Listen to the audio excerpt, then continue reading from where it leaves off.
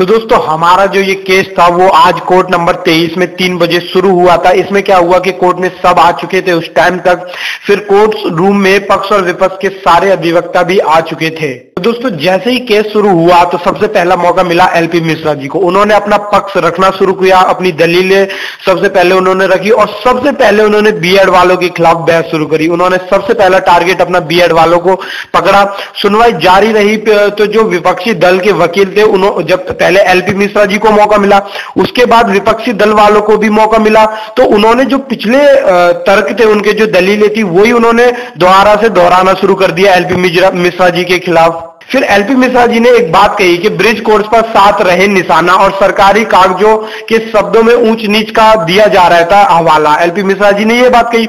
LP Mishra ji BEd के खिलाफ बिल्कुल बोल रहे थे, वो लगातार बोल रहे थे क्योंकि वो आज बीएड को पूरा हटाना चाहते थे इस एग्जाम से रिलेटेड। उन्होंने एक बात और कही, उन्होंने ये कहा कि एनसीटीई ने इनके लिए क्या रेगुलेशन बनाए हैं। इन्हीं बातों पर उन्होंने अपनी बहस शुरू करी कि एनसीईटी ने ये कहता है एनसीटीई के बीएड वालों को ब्रिज कोर्स करने के बाद ही टीचर से के पद के लिए सिलेक्शन करो। तो फिर हमें आप ये बात बताइए कि बीएड को इस भर्ती में जगह ही क्यों दी गई? उनके लिए तो उनके लिए अलग एग्जाम होना चाहिए। अब जज साहब ने जब ये पूरी दलीलें सुनी तो वो भी तैयार हो गए।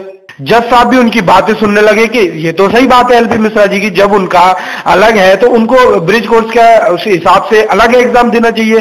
तो एलपी मिश्रा जी यहां तक तो बिल्कुल उनका पक्ष मजबूत दिख रहा था क्योंकि जज साहब उनके साथ थे बिल्कुल।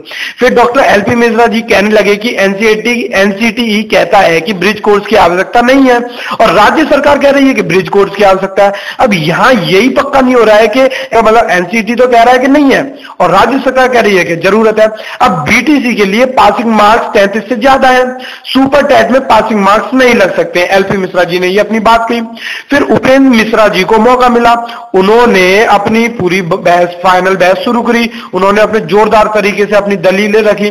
अब कोर्ट क्या था उसके बाद उठ चुकी थी। अब सब कोशिश कर रहे थे राजेश सिंह चौहान जी कुछ अच्छा फैसला सुनाए।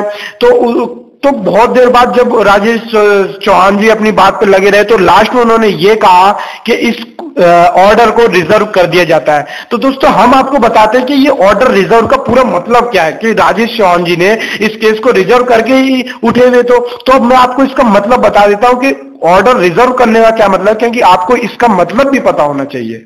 ऑर्डर रिजर्व का अर्थ होता है कि जज साहब ने सारे आर्गुमेंट्स अपनी डायरी में नोट कर लिए, अब कुछ भी सुनने को बाकी नहीं रहा है। मतलब कि जज साहब ने अपने सारी जो भी दलीलें थी विपक्ष की पक्ष की सबकी सुन के अपनी डायरी होती है उसमें नोट कर लिया है। अब उसके बाद वो कुछ भी नहीं सुनेंगे क्योंकि ऑर्डर अब रिजर्व हो चुका है।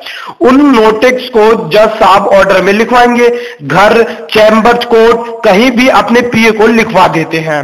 तीसरी बात क्या होती है कि जिस हिसाब से बहस हुई है, यदि सभी बिंदु नोट कराते हैं तो ऑर्डर 40 पेज से ऊपर रहने का अनुमान है।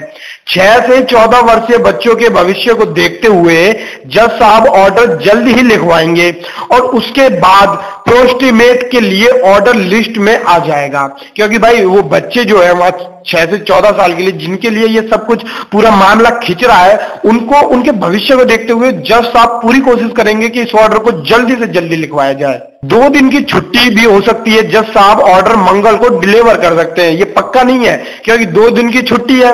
अब बाकी समय बताएगा, कोई फिक्स टाइम लिमिट नहीं होता है इसका।